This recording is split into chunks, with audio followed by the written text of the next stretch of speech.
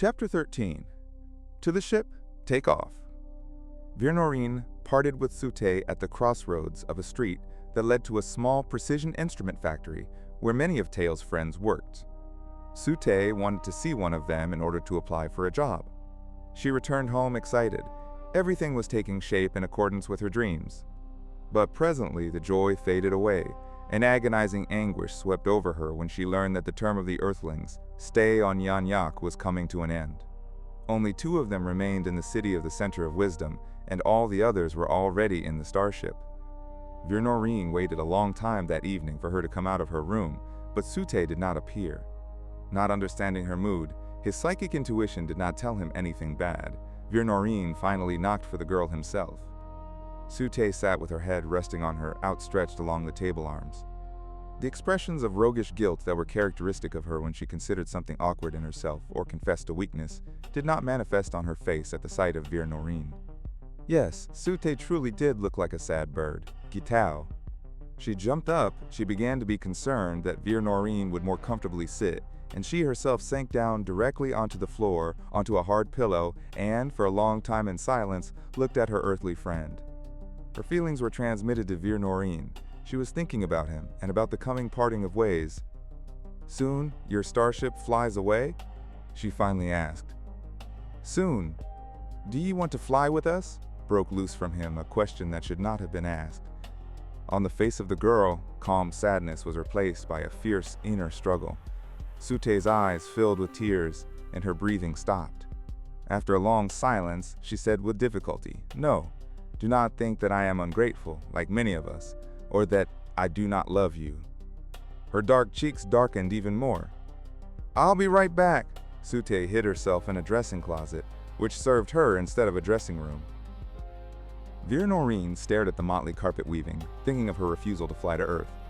The natural wisdom that never abandoned Sute kept her from this step. She understood that this would be an escape. On Earth, the purpose and meaning of life, which had only just appeared here, would for her be lost. She would be very lonely. The closet door banged slightly. "Vir!" he heard a whisper, turned around and froze. Before him, in all the purity of a sincere impulse, stood the naked Sute. The combination of feminine courage and childish shyness was touching. She looked at Virnorine with shining and sad eyes, as if regretting that she could not give him anything more. Loose, black and ash hair fell to slender shoulders along either side of a round, half-childish face. The young Tormancean woman stood solemn, withdrawn into herself, as if performing a certain rite. Putting her palms to her heart, she held them out, folded towards the astronavigator. Virnorine understood that, according to the canons of Yanyak, he was given the most cherished, the greatest that was in the life of a young woman of the Sholi. Such a sacrifice Virnorine could not reject, could not push away this expression of love and gratitude, the highest of torments. And neither did he want to reject. The astronavigator lifted Sute, pressing her tightly to him. There was not much time before dawn. Virnorine sat by Sute's bed. She was fast asleep with both palms under her cheek. Vir looked at the calm and beautiful face of his beloved. Love raised her above the world of Yanyak, and the strength and tenderness of Virnorine had made her inaccessible to fear, shame, or vague anxiety, equating her with earthly sisters. He had made her feel her own beauty, better understand the subtle transitions of her changing appearance. And she? She had awakened his memory of the wonderful days of life. Before Virnorine, memorable images of the Earth passed by in a continuous series, leading into a never-ending distance. A protected valley in Karakoram, in the bastions of purple cliffs, over which in the immediate vicinity shone snowy peaks. There, by the beryl-colored river that rumbled unceasingly over the black stones, stood the light, floating in the air test station building. The road went down in smooth meanders through a grove of giant Himalayan firs to the village of the Scientific Institute for listening to the deep zones of the cosmos. The astronavigator was very fond of recalling the years spent on the construction of a new observatory on the Brazilian steppe plateau, low flyovers of the endless high llanos, with huge herds of zebras, giraffes, and white rhinos brought there from Africa, the ring-planted forests of southern Africa, with blue and silver foliage, silver cyan nights in the snowy forests of Greenland, the buildings of the 11th node of the astroset on the Pacific coast, shaken by formidable wind. Another knot on the Azores, where the sea was so bottomlessly transparent on quiet days. Trips for recreation to the sacred for any earthling ancient temples of the Hellas, India, Rus. Not the slightest anxiety about the future, except for the natural concern over assigned work, except for the desire to become better, bolder, stronger, to manage to do as much as possible for the common benefit. A proud joy to help without end each and every one, once possible only for the fabulous caliphs of Arab legends, completely forgotten in the EDW, and now available to everyone. The habit of relying on the same universal support and attention. The ability to address any person in the world, which was held back only by a highly developed delicacy, to talk to anyone, to ask for any help. To feel around oneself the kind orientation of thoughts and feelings, to know about the sophisticated insight and the seeing to the core mutual understanding of people. Peaceful wanderings during periods of rest on the infinitely diverse earth, and the everywhere desire to share everything with you. Joy, knowledge, art, strength. Leaning over the sleeping Sute, Vernorin felt an unusually strong desire for his Tormansian beloved to visit all the beautiful places of his native planet. Young women are internally more nomadic than men, they are more eager to change their impressions, so the tightness of Inferno for them is more heavy. He dreamed that on Earth, the countless wounds inflicted on this gentle soul would heal without a trace, and he knew that this would never come to be. Sute felt his gaze and, not yet awakening from sleep and with happy tiredness, lay for a long time with her eyes closed. Finally she asked, "Are you awake, beloved? Relax here next to me." Her voice from a dream was childishly thin.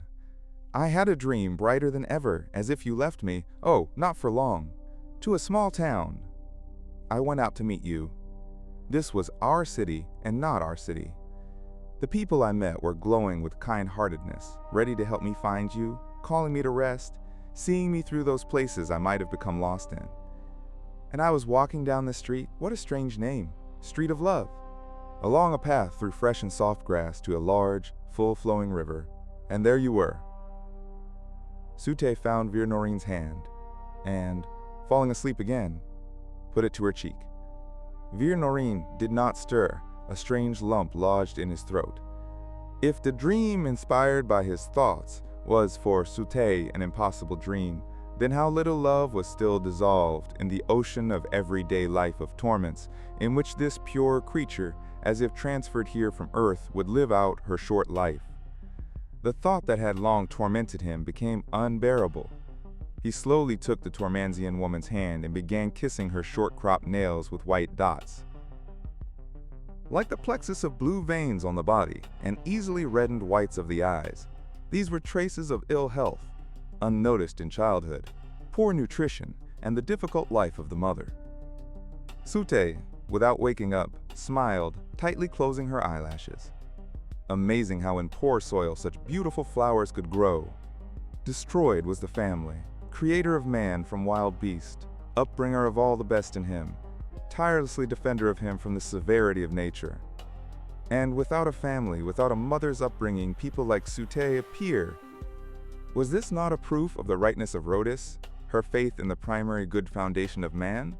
On Earth, there was also no family in its ancient understanding, but we did not destroy it. We simply expanded it to the whole society. Vernorin stood up noiselessly, looked around the room, hung with carpets and curtains, listened to the stomping and knocking that came from all sides of the awakening house. From the street came the shrill bark of a dog, the rumbling of a transport carriage.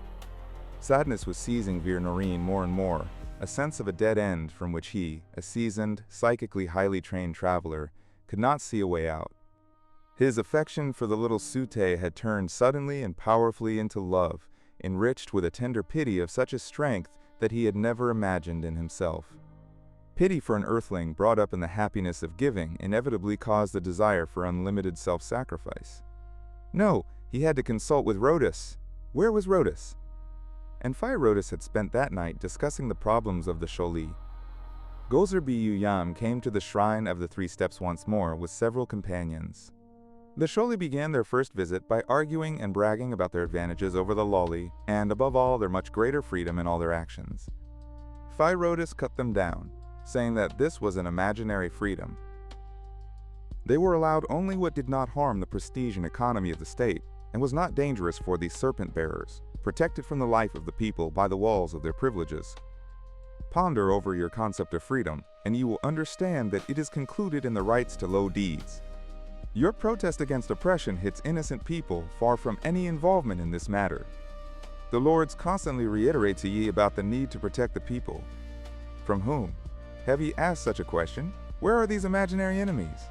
Phantoms, with the help of which they force ye to sacrifice everything, and worse, they subjugate to themselves your psyche, directing thoughts and feelings along the truthless path. Xirbi said nothing for a long time, and then began to tell Rhodus about the unparalleled oppression of the Sholi. All this, he said, has been erased from history and has survived only in oral retelling. Rhodus learned about the mass poisonings which diminished the population at the behest of the Lords, when the depleted productive forces of the planet did not require the former multitude of workers. And vice versa, about the forced artificial insemination of women in an era when they refused to give birth to children with a quick death, and fearless devotees, doctors and biologists, disseminated the necessary means among them. About the tragedy of the most beautiful and healthy girls, selected like cattle and kept in special camps, factories for the production of children. The attempt to completely replace people with automatic machines ended in failure. A reverse wave began, again with massive and heavy manual labor, since from a capitalist position people turned out to be much cheaper than any complex machine.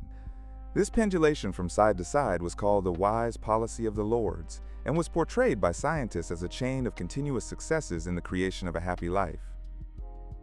Rhodus, as a historian, knew Ramgol's law for the capitalist formation of societies.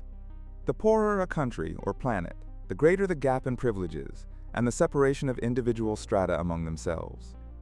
Prosperity makes people more generous and more affectionate, but when the future promises nothing but a low standard of living, general animosity ensues. Scientists help the rulers in everything, inventing terrible weapons, poisons, falsified food and entertainment, confusing people with cunning words, distorting the truth. Hence the hatred and distrust of scientists which have grown in the people, the desire to offend, beat, or even just kill Lolly as servants of the oppressors. The Sholi do not understand their language. The same words for them mean something completely different than the ones for the Lolly. Ye yourselves are to blame for the language, Rhodus said. We on Earth had a time when, in the conditions of a multitude of different languages and different levels of culture, the same word carried completely different meanings, even within the same language and different classes of society. And yet this great difficulty was overcome after the unification of earthly humanity into one family. Be wary of something else. The lower the level of culture, the stronger the pragmatic narrowness of each verbal concept, which is split into small shades instead of general understanding, turns out to be. For example, your word love can mean both a lifeful deed as well as a disgusting one. Strive for clarity and purity of words, and ye will always come to terms with the lowly. Come to terms on what? Their truth is not ours, is it not? The truth of life is sought by thousands of years of experience of the people. But the rapid changes in life with a technically advanced civilization confuse the road to truth, making it unstable, as if on overly sensitive scales which are not allowed equilibrium. It was not possible to find the truth, common to the majority, with the help of the exact sciences, because the criteria for determining it were not established. These criteria, in other words the measure, at some periods in the development of society turned out to be more important than the truth itself. We, on Earth, knew this already several millennia ago in the ancient Hellas, India, China. Rhodus thought for a moment and continued, impulses towards enlightenment have long been met in the prophecies of madmen who intuitively understood the great importance of measure. In Apocalypse, or the Revelation of John, one of the founders of the Christian religion, there are the words, "And I beheld, and lo, a black horse, and he that sat on him had a pair of balances in his hand." This dream of a measure to create the true truth of mankind came to be after the invention of electronic computing machines. The possibility came to assess grief and joy for the harmony of feeling and duty. We have a huge organization dedicated to this, the Academy of Grief and Joy. Your lowly must, together with ye, establish a measure and find the truth which must be fought for together, fearing nothing more. Truth is istina too. Lies are born of fear. But do not insist too much on the accuracy of istiness. Remember about their subjectivity. Man always wants to make it objective, the queen of all forms, but it is shown to everyone in a different dress. In the Russian language, there are two words which translate into English as truth, pravda and istina. In the present context, the author has been using the word pravda. Here he introduces the word istina, raising a juxtaposition. There are varying opinions as to the difference between these two words. Here we leave the interpretation up to the reader. Translators, footnote, upbringing in truth cannot be clothed with abstract formulations. First of all, it is a real feat at all stages of life. When ye abandon malediction, communication with traitors of the truth, saturate your mind with good and pure thoughts, you will acquire personal invincibility in the fight against evil. So with slow persuasion, irresistible and impartial, Phirotas pulled thread after thread from the Sholi to the Loli. The rest was accomplished by personal contact. For the first time, the Sholi and the Loli met as equals in the dungeons of the old Temple of Time. Teo was amazed by the liveliness of mind, amazing intelligence in teaching, and complete openness to everything new among those whom they used to consider as the dull and inactive part of humanity. The Sholi assimilated new ideas even faster than the mentally trained but also more ossified Loli. Why did they not strive for knowledge? Why did their development long ago cease? The engineer asked Rhodas.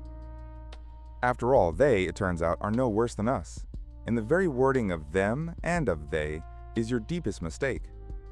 These are absolutely the same people, artificially selected by your society, and doomed to live in a primitive struggle for existence. A short life allows only the most banal of feelings to develop. The Shuli sink all the time lower under the weight of a mal-arranged life. So, in the primeval forests of our tropics, the tribes who remained there for tens of thousands of years spent all their strength on only one thing: survival. From generation to generation, they degenerated intellectually, losing creative energy. Even the mighty elephants of the plains, the giant hippos of the large rivers of the earth, turned into dwarf, small species in the forests. Your forest is a short life with the prospect of imminent death in the sultry, cramped conditions of overcrowded cities, with poor food and uninteresting work. Yes, in general, the Shorty are nothing more than cheap intermediate links between expensive machines, said Tail. There is no skill, no joy of creation. The machine becomes better, faster, and you are only in the wings, as Gzir Biyuyam puts it. Ye die sick and wise, and we die young and stupid. What is better for a person? They put to me this question. I tried to explain to them that the bad work of each of us, whoever he is, strikes his own defenseless brothers, parents, children, and not the hated oppressors. Those have protective measures. How can ye act like this? I asked, and they seemed to understand. And yet they have an advantage over ye, said Rhodas. Look what bright figures, this company of Gzur Biyuyam. They need little, and in this they are freer. You should have seen how Gezer Biyuyam behaved when he saw Iviza Tanit on the STP. With what childishly naive and radiant joy he looked at her. I saw her, my dream, once again, and now I can die, he exclaimed. So much for a rough, dark Shodi. There was a quiet call on the SDP, and Rhodis responded. Vir Noreen appeared on the screen and said, I want to bring Sute to ye. Her? Yes. I'll come to the dungeon for safety. I am waiting for ye. At the sight of Rhodis, Sute sighed shortly and sharply, as if sobbing. Rhodis held out both hands to her, drew her in, looked into the open face raised to her. Are ye the mistress of the earthlings? Silly, I didn't have to ask, said Sute, kneeling in front of Rhodis, who laughed loudly and easily lifted the girl. Sute's lips suddenly trembled, large tears rolled down her cheeks. Tell him. He says that everything is wrong, and I do not understand. Well, for what am I to an earthly person if you are so? Great snake, I am a yellow Chahik chick in front of the women of the earth. I'll tell you, Rhodis replied seriously, sitting her down and taking her hand. She was silent for a long time. Sute breathed excitedly, and Rhodis seemed to come to herself. Ye are sensitive and intelligent, Sute, so I cannot have words hidden from ye. Vir, my dear, ye have succeeded, if we can talk about luck here, in a millionth of a chance. She is not a goddess, but a different kind of being, a fairy. These small incarnations of good have long enjoyed special sympathy in earthly tales. Why special? Sute asked quietly. The goddess is a heroic beginning, the patroness of the hero, almost always leading him to a glorious death. A fairy is a heroine of ordinary life, a friend of a man, giving him joy, tenderness, and nobility of deeds. This fabulous split reflected the dreams of people of the past. And to find a fairy here on Tormance? What will ye do, my poor Noreen? Asked Rhodas in the earthly language. Not poor. If I could only take her with me, but she says it's impossible. She's right, wise little woman. I understand and agree, but another, diametrically opposite way out is possible. Vir, Rhodas exclaimed. This is Tormance, the planet of torment in a deep inferno. Vir Noreen suddenly got angry and, like a real Tormansian, began to curse the inferno, torments, and human fate in the language of Yan-Yak, rich in these curses of misfortune. Sute jumped up in fright. Rhodas hugged her thin waist, tied with a green belt, and held her in place. It is nothing. With men, this happens when they take offense at their own indecision. I have decided. Maybe in your place I would do the same, Vir. Rhodas unexpectedly agreed and continued in the earthly language. Ye will perish, but ye will be of great benefit, and you will give her some months, doubtfully years, of happiness. Take care of yourself. She will die as soon as your end comes. She is not afraid of death. The worst thing for her is to be left without ye. Only the women of Tormance in love can show so much courage and resilience, as well as indifference to everything that may happen to her. Where are the calculations for the return trip? With Mentacore. We prepared them while orbiting Tormance. We will grieve for ye, Vir. And I? But I hope to live until the arrival of the second SBS and see, if not you, then compatriots. Go, Vir. We will see each other more than once in the remaining time. Maybe you will still change your mind. No, he said so firmly that Sute, who did not understand a word, shuddered. With the prophetic instinct of a woman, guessing the essence of the conversation between the two earthlings, she burst into tears when Rhodas said goodbye to both of them with a long kiss. Soon after his meeting with Rhodas, Vir Noreen appeared at the Institute of Physics and Technology, the largest in the capital, which absorbed almost all the capable scientists of the planet. Engineer Tail had told Vir Noreen that in the local workshop, he could speak more freely than in others.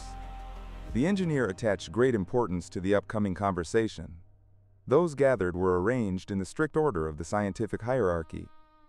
In front, closer to the presiding group, sat the famous scientists, noted by the authorities. Many had special marks on their chests, the purple sphere of the planet Yan-Yak, entwined with a golden snake. Behind the venerable and honored, representatives of the middle stratum roughly fell in, and at the end of the hall, young people were cramped. They were allowed here in limited numbers. Vir Noreen had studied the scientific world of Tormance enough to know how the division of privileges was consistently carried out in it, starting from the size of the dwelling and monetary payment, and ending with the receipt of especially good, unfalsified, and fresh food from the warehouses that supplied the serpent bearers themselves. Of all the absurdities of society of Yan-Yak, Vir Noreen was perhaps most surprised by how the most powerful minds of the planet could sell themselves. In everything else except for their narrow profession, they were probably not powerful at all, these talented inhabitants. However, many scientists were aware of this. Most of them behaved arrogantly and defiantly. This was precisely how people who hid an inferiority complex usually behaved. We know about your speech at the Biomedical Institute, said the chairman of the meeting, a stern and acrimonious man. But there ye refrained from evaluating the science of Tormance. We understand the delicacy of the people of Earth, but here ye can speak freely and evaluate our science as it really deserves.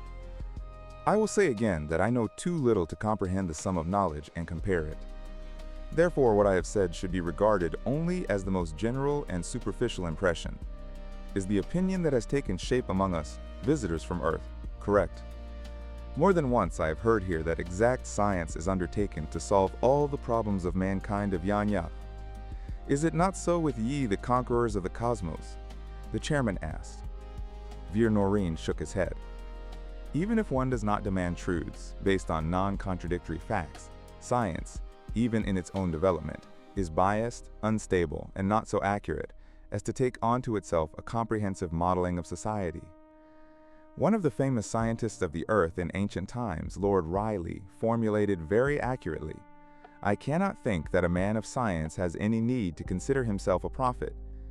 He must be conscious of the fact that in the depths of his soul there are contradictions which he cannot resolve. The higher mysteries of being, if they are generally comprehensible for the human mind, require a different weapon than the calculation and the experiment." "What a shameful helplessness! The only thing left is to call on a deity for help," a harsh voice rang out. Viernorine turned towards the unseen skeptic. "The basic rule of our psychology prescribes to search in ourselves for what we assume of others. The same hard-to-destroy idea of superbeings lives in ye. Gods, superheroes, superscientists. The earthly physicist of whom I have related had in mind the gigantic inner forces of the human psyche, its innate ability to correct the distortion of the world that occurs when natural laws are perverted from insufficient knowledge. He had, in his view, the need to supplement the method of external research, once characteristic of the science of the west of our planet, with the introspective method of the east of the earth, relying only on the forces of the human mind itself. These are years of fruitless reflections," came an objection from a far corner of the audience. "We have neither the time nor the means. The government does not give us big money, and ye are looking at our poverty from your rich planet." "Poverty and wealth in cognition are relative," objected the astronavigator. "With us on Earth, everything starts with the question, what is the benefit to man from the most distant consequences, from the smallest expenditure of spiritual and material forces? You talk about absence of funds? Then for what do you strive to master the primary forces of the cosmos, without having properly cognized the things that a person needs? Is it not yet clear to ye that each step on this path is more difficult than the previous one, as the elementary foundations of the universe are reliably fettered in the types of matter available to us? Even spatio-temporal extension irresistibly strives to assume a closed form of existence. Ye are rowing against the growing current. The monstrous cost, complexity, and energy requirements of your appliances have long exceeded the planet's depleted productive forces and the will for life of your people. Take a different path by creating a powerful classless society of strong, healthy, and intelligent people. This is what ye need to spend all your forces on without exception." Another of the ancient scientists of Earth, the mathematician Poincaré, said that the number of possible scientific explanations for any physical phenomenon is limitless. So choose only what will become an immediate step, albeit small, to the happiness and health of people. Only this, nothing else. Before learning how to carry the burden of another, we learn how not to increase that burden. We try to ensure that none of our actions increase the sum of the all-planetary grief, comprehending the dialectics of life, much more complex and difficult than all the puzzling tasks of the creators of scientific theories and new ways of art. The most difficult thing in life is man himself, because he came out of wild nature not purposed for the life that he should lead, according to the power of his thoughts and the nobility of feelings. Ye do not yet have an all-pervading culture, harmony between activity and behavior, between profession and morality, even at the very pinnacle of the culture of Yan-Yak, which is considered here to be physical mathematical science. And ye on Earth, ye do not consider it so? No. The pinnacle where all systems of cognition converge in concentration, with us, is history. The chairman of the meeting rose again. The turn that our conversation has taken is hardly interesting for the cream of science of Yan-Yak who have gathered here. Viernorine saw that he had not been understood. Better introduce us to earthly ideas about the structure of the universe, suggested a man with the order of the snake and the planet, and large green lenses over his eyes. Viernorine obeyed the wishes of his listeners. He spoke about the spiral helicoidal structure of the universe, about the worlds of Shakti and Tamas, about the complex surfaces of force fields in space, obeying the law of 5-axis ellipsoidal structures, about the triple nature of waves of development, large and small, about the spiral asymmetric theory of probabilities instead of linearly symmetric, accepted in the science of Yan-Yak, and not allowing to do without a higher being. Viernorine talked about the victory over space and time after the disclosure of the mysteries of the limiting masses of stars, long known to scientist Yan-Yak, as well as to Earthlings, the values of Chandrasekhar and Schwarzschild, and, most importantly, after correcting the error of the Kruskal diagram, where the idea of the anti-world as completely symmetrical to our world ended. In fact, there was an asymmetry of the helicoidal shift between Tormance and Shakti, and the explosion of quasars did not necessarily reflect the collapse of stars in Tormance. The most difficult thing had been to overcome the idea of the closedness of the universe in itself, in the circle of time, closed on itself and eternally, endlessly existing. Mathematical formulations, like the Lorentz transformation, had not helped, but only confused the issue, preventing a person's thoughts from overcoming all these closed-on-themselves systems, spheres, circles of time, which were only a reflection of the chaos of the infernal experience of hopelessness. Only when a person was able to overcome the infernal circles and realize that there was no isolation, but there was a helicoid unfolding into infinity, then, in the words of the Indian sage, he opened his swan wings over the stormy run of time, over the sapphire lake of eternity. Then, and precisely then, we mastered the psychic influences and foresights that astonish you. Then we came to the invention of the direct beam starship, having understood the anisotropic structure of the universe. Direct beam starships travel along the axes of helicoids, instead of unwinding an infinitely long spiral path. And the imagination of the scientist, based on logical linear methods of studying the world, is similar to the same spiral endlessly winding on the insurmountable barrier of Tormance.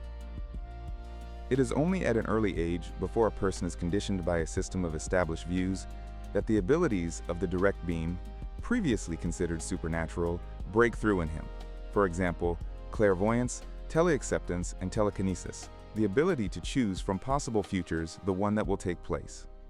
We on Earth try to develop these abilities at an age when the greatest force of the organism, Kundalini, the force of sexual maturation, has not yet been conditioned. The development of life is subordinated to the same objective law, inevitably everywhere at different levels of time, leading to a flash of thought. This requires the constancy of the internal environment in the organism and the ability to accumulate and store information. In other words, independence from external conditions of existence to the greatest possible extent, as complete independence is unattainable. In order to obtain a thinking being, the upward spiral of evolution is twisted ever tighter, for the corridor of possible conditions becomes narrower and narrower. The result is very complex organisms, more and more similar to each other, even if they arose at different points in space. A thinking organism is inevitably sharply expressed as an individual, in contrast to an integral member of society at a premeditated level of development, like an ant, a termite, and other animals adapted to collective existence. The qualities of a thinking individual are to a certain extent antagonistic to the social needs of mankind. Whether we like it or not, so it happened in the becoming of earthly man, and, consequently, in the becoming of yours. This is not very successful for eradicating Inferno, but, having understood randomness, we came to the absolute necessity of further, now already conscious, twisting of the spiral, in the sense of limiting the individual spread of feelings and aspirations, that is, the need for external discipline as a dialectical pole of internal freedom. Hence the seriousness, severity of art and science, a distinctive feature of people in societies of the highest category, communist. If, instead of twisting the spiral of society, there ran a scattering and unwinding, then a multitude of anarchic individuals would appear, especially in easier living conditions, and accordingly there would run a scattering also in creativity, fragmented images, words, forms. By the breadth and duration of the spread of such creativity, it is possible to ascertain periods of decline in society, epochs of loose, undisciplined people. The science of Yanyak was especially affected by its loose nature, and, as a result, the inability to find the right path. Separate effects without a harmonious musical structure, orchestrated with the primary needs of mankind.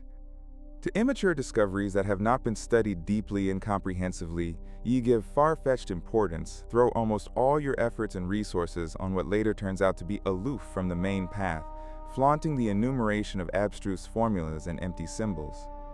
Vir Noreen stopped, then said, "Forgive me, I did not want to touch on social issues, but apparently, we on Earth cannot think otherwise than having in mind the main objective, the protection of peace, joy, and creative work of people." The scholars of Tormance greeted the end of Vir Noreen's speech with gloomy silence. They sat, neither word nor gesture expressing their feelings, while he, somewhat surprised by the reaction of the audience, descended from the pulpit. However, he had felt a growing dislike already at the beginning of his sociological formulations. Vir Noreen bowed and left the hall, feeling with all his being the explosive hostility of the privileged audience. Having closed the door behind him, he heard a discordant noise, which immediately intensified to shouting. Naturally, no one came out to see him off, and Noreen, who could not tolerate farewell ceremonies, was even glad that he had saved time and would earlier see Sute. Half an hour later, he approached his house. An unclear trepidation arose in his soul. The bad was brewing in his forthcoming destiny, and this bad was connected with his speech at the Institute of Physics and Technology. Yes, he had made an impression on the scientists, but what impression? He had behaved himself not in the way that was necessary, having been unable to remain within the framework of the pure science of Yanyak. However, Tail had emphasized the need for just such a speech. He needed to talk to Rhodus. She would be able to look into the future further than he. The foreboding presentiment of Noreen disappeared immediately when he saw Sute. Never had he imagined how much true happiness could be experienced on the edge of danger in such a small room as this. Sute's face was illuminated with selfless love, and Noreen felt how dear to him was her every gesture, her laughing wrinkles, her way of walking, her strange, gentle voice, neither high nor low, neither ringing nor mute.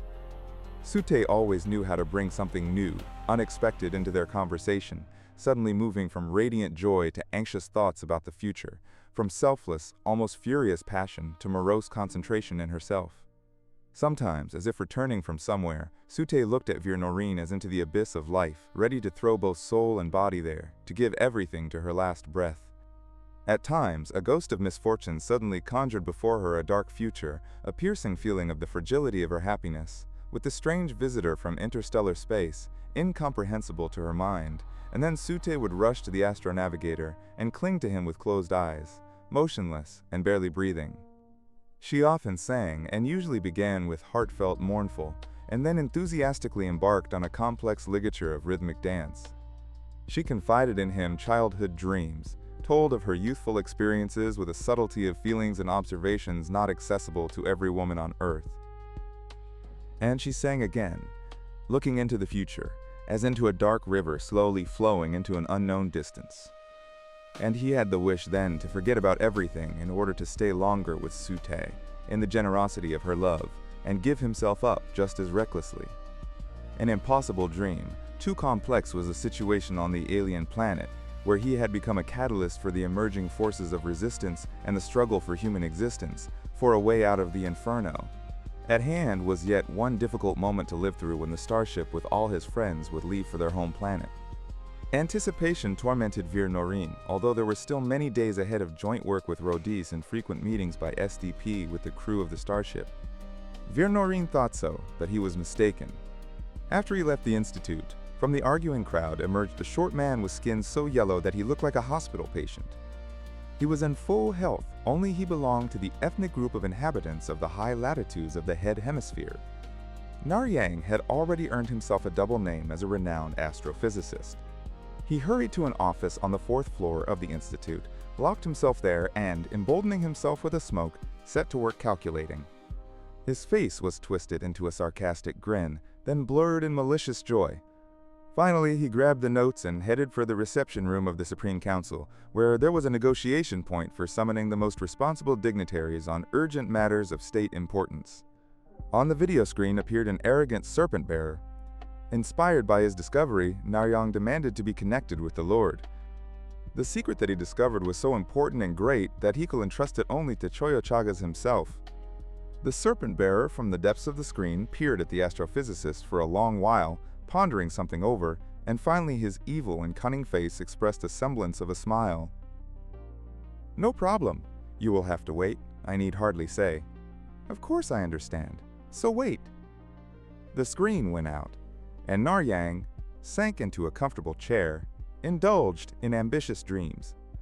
For such a report he would be awarded the Order of the Snake in the Planet, the title of the one who has cognized the serpent, and would be given a beautiful house on the shores of the Equatorial Sea. And Gayad Timfift, the famous dancer whom he had long coveted, would become compliant. The door flew open with a bang. 2 hefty lilacs burst in. Behind them loomed the pale receptionist. Before the astrophysicist could gather his senses, he was pulled from the chair and, hands wrung behind his back, dragged to the exit. Frightened and outraged, Naryang screamed for help, threatening to complain to Choyochagas himself. A blow to the head, momentarily blurring his vision, cut off his outpouring. Having regained consciousness already in the car, which was furiously jumping along an uneven road uphill, the scientist tried to ask the people who had grabbed him where and why he was being taken. A hard slap in the face stopped his questions short. He was pushed out of the car in front of the desolate gates of a dark gray house surrounded by a cast iron wall. Naryang's heart fluttered in a mixed sense of fear and relief. Inhabitants of the capital feared the residence of Jinshi, Choyochaga's first and most formidable assistant. The astrophysicist was marched down to the basement floor. In a brightly lit room, a stunned Naryang shut tight his eyes. 1 instant was required for the guards to cut the fasteners from his clothes, remove the belt, and rip open his shirt from top to bottom. The fit, lean scientist morphed into a pitiful ragamuffin, clinging to his shamefully slipping trousers.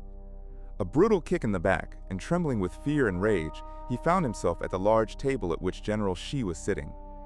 The second lord on the planet smiled affably, and Naryang felt assurance. "My people were overzealous," General Shi said. "I see that the order was passed on to ye inaccurately," he turned to the lilac, "to bring not a criminal, but an important witness." Genshi paused, looking at the yellow-skinned astrophysicist, then quietly said, "Well, out with your message. I hope you decided to disturb the Lord for a truly important reason. If not, you yourself understand." From the smile of Genshi, Naryang was bolstered and tucked his chilly toes under his legs. "The message is so important that I will only present it to the Great One," he said firmly. "The Great One is busy and ordered that he not be disturbed for 2 days. Speak, hurry up. I would like to see Lord." "He will be angry if I tell someone else." The scientist lowered his eyes. "I, to you, am not someone else," General Shi said sullenly, "and I do not advise you to persist." Naryang was silent, striving to overcome fear. They would not dare to do anything to him as long as he possessed the secret, otherwise it would perish with him. The astrophysicist silently shook his head, afraid to betray his fear in words. Jinshi, also in silence, lit a long pipe and pointed it to the corner of the room with the smoking end. In an instant, a lilac leaped on Naryang, tore off his trousers. Other guards removed the cover from an object in the corner of the room. Genshi stood up lazily and approached the rough wooden Umag statue. Once these animals, now almost extinct, were bred on the planet Yanyak for riding and sledding. The muzzle of the Umag was bared in a brutal grin, and the back was chipped off in the form of a sharp wedge. The lilac asked, "A simple seat, Lord, or?" General Shi replied. "He is stubborn, and the seat takes time. I'm in a hurry." The lilac nodded, inserted the handle into the forehead of the wooden beast, and began to rotate. The wedge-shaped back, like a mouth, began to open slowly. "Well, put on his stirrups," General Shi said calmly, blowing out puffs of smoke. Before the guards grabbed him, Naryang realized his fate. Among the people, the rumor had already long circulated about the terrible invention of Girbao, the predecessor of Genshi, with the help of which they could achieve any confession from men. They were seated astride the Umag, and the wooden jaws on the back of the statue began to slowly move. Wild horror broke all the stubbornness and human dignity of the astrophysicist. With a cry, "I'll tell all!" he crawled to General Shi's feet, pressing himself into the floor and begging for mercy. "Leave the stirrups," the Lord commanded. "Lift him up, sit him down. No, not on the Umag. In the chair." And Naryang, cursing himself for the lowness of the denunciation, trembling and choking, told how this morning the earthly guest had let slip something at a meeting of the Institute of Physics and Technology, not guessing what the scientists of Yanyak would draw from the picture of the universe he had outlined. "And you alone turned out to be so smart?" "I don't know." The astrophysicist hesitated. "You can call me Great One," General Shi said condescendingly. "I don't know, Great One." I immediately went to draw and calculate. "And what?" "The starship came from an unimaginable distance of the cosmos. It will take at least 1,000 years for a message from here to reach Earth, 2,000 years to exchange signals." "Meaning?" General Shi exclaimed half questioningly. "This means that there will be no second starship. Indeed, I was present as an advisor in the negotiations with the Earthlings. And yet, NAR 429 Yang hastened, the meeting of the Earthly Council shown to us, which greenlit the destruction of Yan Yak, was deception, bluff, hoax, empty intimidation. They will not erase anyone from the face of the planet. They have no authority to do so. Well, such things are possible even without authority, especially if they are far from their lords. General Shi thought aloud and suddenly pointed a threatening finger at the scientist. Nobody knows about this? You haven't told anyone? No, I swear by the serpent, I swear by the white stars. And that is all that you can report? All. The experienced ear of Gen Shi caught a hitch in his reply. He played with his broken eyebrows, like most of the inhabitants of Yan Yak, piercing the victim with a merciless gaze. It's a pity, but I will still have to give you a ride on the Umag. You, take him. No, Naryang yelled desperately. I have said everything that I guessed. Only, will ye have mercy and release me, Great One? Well? General Shi barked, crushing the last remnants of the scientist's will. I heard a conversation between two of our physicists. By chance, I swear by the serpent. As if they had solved the mystery of the Earthlings' protective field. It cannot be overcome with instant impacts such as bullets or explosions. The stronger the blow, the greater the strength of the deflection. But if you cut it with the slow pressure of a polarized cascade beam, then it gives in. And one said that he would like to try his quantum generator, which he recently made in a working model. Names? Dubanla and Nuke. Now is that all? All in full, Great One. I know nothing else. I swear. You can go. Give him a needle and a cloak. Take him where he needs to be. The Lilacs approached Naryang, who was pulling up his trousers. 2 more for those physicists. No, take only Dubanla. With a woman you will have to fuss about, they are always more persistent. The eldest of the Lilacs, bowing low, disappeared through the door. Others led the scientist to the exit. As soon as he stepped over the threshold, an officer in black, standing silently to the side, shot him in the back of the head with a long needle from an air pistol. The needle silently stuck between the base of the skull and the first vertebra, cutting off the life of Naryang, who never got to learn the simple truth that no conditions, pleas, and agreements with bandits are possible. The remnants of the old belief in word, honor, or pity killed many Tormanzians who tried to curry favor with the oligarchs and believed in the laws and rights of the gang of murderers, which is what the Council of the Four and its highest entourage were in essence. Genshi removed the black officer with a flick of his finger and moved into the adjacent room with the consoles and screens of the intercom. Turning the blue terminal, he summoned Kando Leluf, aka Kaluf, the third member of the Council of the Four, who was in charge of accounting for the economy of the planet. He was a plump little man in lush formal clothes, resembling ZUG, but with a large jaw, a small woman's mouth, and a thready voice. Kondo, you will have to cancel your reception, General Shi announced without much preamble. Come to me immediately. From here we will command a certain operation. There is a rare occasion to accomplish what has been conceived. Less than half an hour later, both members of the Council of the Four, smoking their pipes, were discussing the insidious plan. Choyo Chagas, from time to time, retired to the secret chambers of his palace. Even General Shi did not know what was there, in those dungeons under the tower. This time, the Lord had been absent only for a day, and this meant that for at least another day, full power over the entire planet would be in their hands. Much could be done during this time. The plan was simple. Arrest Phyrotis and Virnorine, with torture force them to say whatever needed on television, and kill them as quickly as possible. The Earthlings would not battle the entire planet. It would be good, of course, to call the starship into action, if by torture, to force the mistress of the Earthlings to order a strike on the gardens of Zoam and destroy Choyo Chagas as the culprit. The power of the starship was great.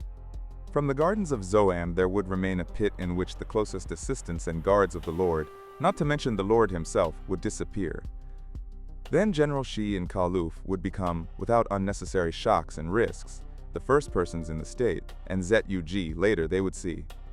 Remove all the witnesses, including the fool Tail, who didn't really know how to spy. For the future, we need to take care to make deep underground shelters. After all, starships from Earth, once they know the way, will certainly come here. I will order that everyone who is seized in the capital not be sent to the Palace of Gentle Death or distant places, but that an army of underground workers be created out of them, General Shi said. The wisest thought, squeaked Kaluf. While the conspirators consulted upstairs, they dragged the beaten but still resisting physicist Dubanla to the lower floor. This one turned out to be more stubborn than the gullible informer Nar Yang, and the lilacs had to put him on the umag. Having lost his voice from an inhuman scream, pouring sweat and tears, the physicist surrendered and, under the escort of the executioners, went to fetch his apparatus. Phirotis, with the onset of night, went down into the dungeon. Today there was a large joint meeting of Sholi and Loli. They were discussing real steps towards the merging of forces into a common resistance. Listening to the speakers, Rodis did not stop pondering over how to help Vir Noreen and his lovely fairy Sute. She did not doubt the decision of all the councils of the earth.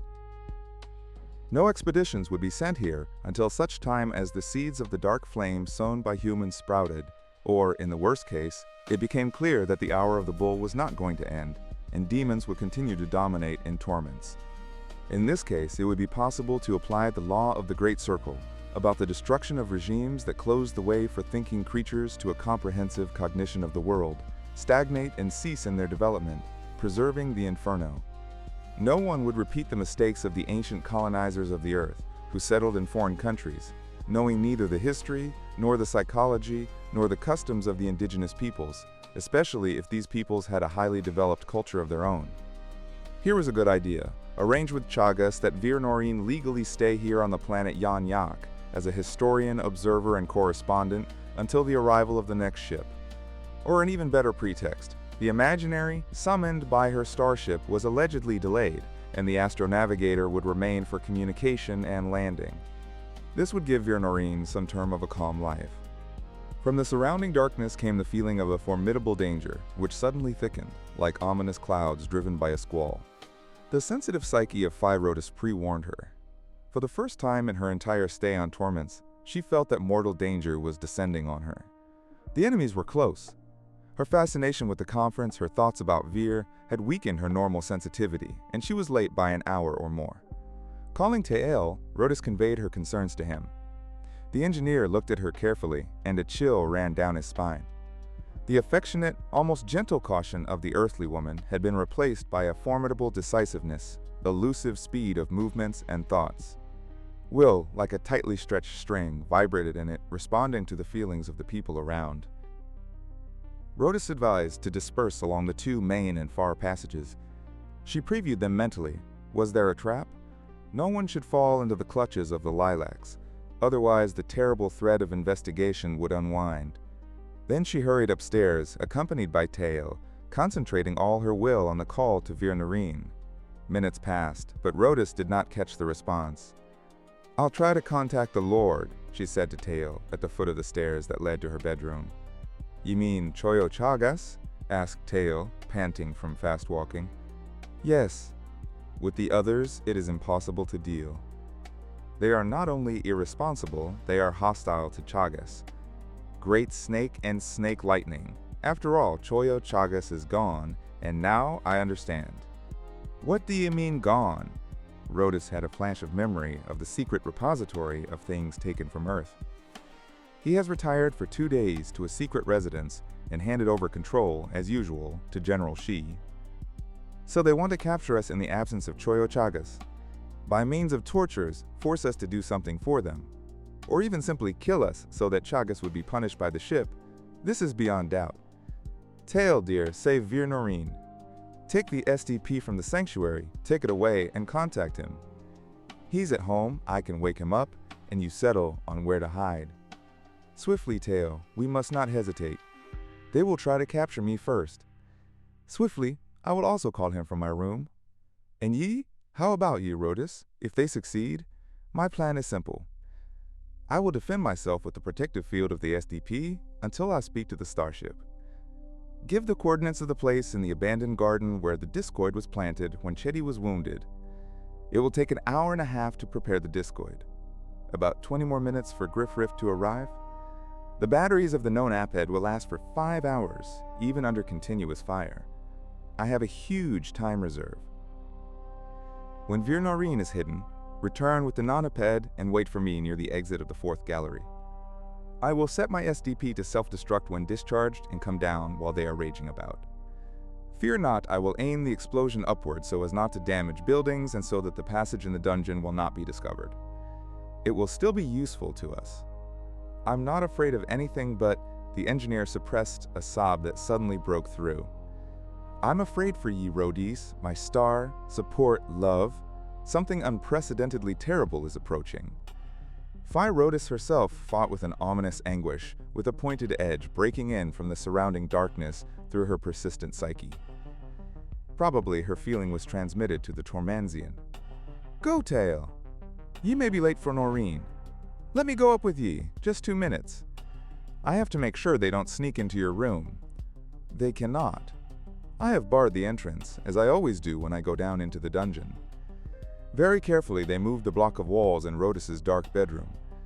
Putting her finger to her lips, she crept to the door to the second room, heard the strong hum of the non-aped, and looked out the threshold.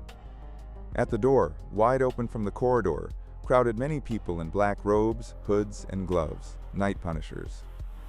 The wide passage between the rooms on the upper floor was filled with lilacs that loomed in the blurred contours of the protective field. Those in the rear fussed about, dragging something heavy, and those in the front stood in a motionless line, not trying to either shoot or rush into the attack.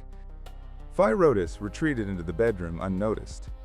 Hurry, Tail! The engineer took a step towards the left open entrance and looked around. All his devotion and loving admiration for Rhodis was reflected in his face with the power of a dying farewell. Rhodis hugged Tail, kissing him with such force of feeling that his eyes became clouded. For a moment, Tail recalled films about the Earth, about the coldish and tender love of Earthlings, strangely combined with fierce passion. He was already running up the steep stairs into the impenetrable darkness of the dungeon, and Rhodis, jumping up, bent the cornice and closed the hole in the wall. The capital fell asleep early, and at this hour silence reigned in the Sholi quarter. Virnorine woke up suddenly. In the carpeted room of Siute, the even breathing of the sleeping woman was barely audible. A soundless voice called him from the darkness. Vir, wake up! Wake up, Vir! Danger! He jumped up, instantly shaking off sleep. Rhodis, what has happened? Having woken Sute, he ran to his room, activated his non-aped, and saw the dark room of Rhodis. In a few seconds, the vision dissolved, and Tael appeared. Horror and admiration gripped Sute in a crazy ride on the SDP through the dark streets of the city of the Center of Wisdom. Only one person could fit on the dome of the non-aped. Virnorine took the girl in his arms. The fantastic coordination and sense of balance of the Earthling kept him on the small machine rushing at maximum speed. At a fork in the road, outside the city, the astronavigator stopped. On Tail's advice, he slowly drove around a large circle, sprinkling the soil with a special compound that Tail had once brought him. This invention, hidden from the lords, had the property of permanently paralyzing the olfactory nerves. Now there would be no need to fear dogs if they had been let out on the trail. There were no more than 2 kilometers left until the discoid landing site would be reached. Meanwhile, Rhodis had left the bedroom, and the enemies had noticed her through the loose protection. They fussed, pointing at her and signaling to those behind. Rhodis strengthened the field, a gray wall hid the moving figures, and the passage plunged into darkness. Unseen by her enemies, Rhodis summoned the ship with her upper beam. There, at the shield, on which there were only 2 green lights of Earthlings and the third of Tail, sat Menticor. She instantly woke Griffrift. He appeared a few seconds later. A general alarm sounded over the starship. The entire crew began to prepare the discoid, the last of 3 taken from Earth. Rift, bending over the console in alarm, asked Rhodis not to wait any longer, to go into the dungeon. The non-aped can cope without you. I have long feared something like this, and never ceased to be amazed at your game with Choyo Chagas. It isn't him. So much the worse. The more insignificant those in power, the more dangerous they are. I will fly without wasting a second. Bright Sky, will you finally be on the ship and not in the hell of Tormance? A lot of people here are no worse than us. They are doomed from birth to death to remain here, an intolerable thought. I am very worried about Vir. Here he is, Vir. He is sitting under the trees at the landing site. Leave immediately. I am going. Do not cut off the connection, observed the room. I would like to know how long my faithful non-aped will withstand. And we will say farewell to it already from the dark flame. Rhodus grabbed a reel of recordings not yet transferred to the starship from the table and blew a kiss to Griffriff as she headed into the bedroom. There was such a deafening screech that Rhodus froze for a moment. From the darkness of the protective field, like the face of a monster, an unknown mechanism protruded with a red-hot wedge. Having ripped open the protective wall, it struck the bedroom door with a whistling beam, throwing Rhodus to the window, near which was the non-aped. Beside himself, Griffriff gripped the edge of the console, bringing a face distorted in fear to the screen. Rhodus! Rhodus! He tried to shout over the whistle and squeal of the beam, behind which some structure was climbing its way into the room, advanced by the black figures of punishers of Genshi. Beloved heaven mine, tell me what to do. Phi Rhodus knelt in front of the SDP, bringing her head closer to the second receiver. It is too late, Griff. I am killed. Griff, my commander, I implore ye, I beg ye, I order, do not avenge me. Do not commit violence. Do not, instead of a bright dream about Earth, sow hatred and horror among the people of Tormance. Do not help those who came to kill, portraying God punishing right and wrong indiscriminately, the worst invention of man. Do not make our sacrifices in vain. Fly away. Home. Do you hear, Rift? Ship. Take off! Rhodus did not have time to console herself with the memory of the dear Earth. She remembered the dashing surgeons of Tormance, lovers of reanimation, and knew that she could not die in the usual way. She set the SDP to self-destruct after 1 minute and, with a mighty effort of will, stopped her heart and collapsed on the non-aped. The Punishers, who burst in with a triumphant roar, halted in front of the body of the mistress of the Earthlings for a minute of their remaining lives. For the first time in a long life, a cry of anger and pain escaped from the commander of the direct beam starship. The green light of Phi Rhodus on the console went out, but where her SDP stood, a column of dazzling blue fire soared into the black sky, lifting the ashes of the burnt body of Phi Rhodus into the upper layers of the atmosphere, where the equatorial stream of air would carry it, encircling the planet.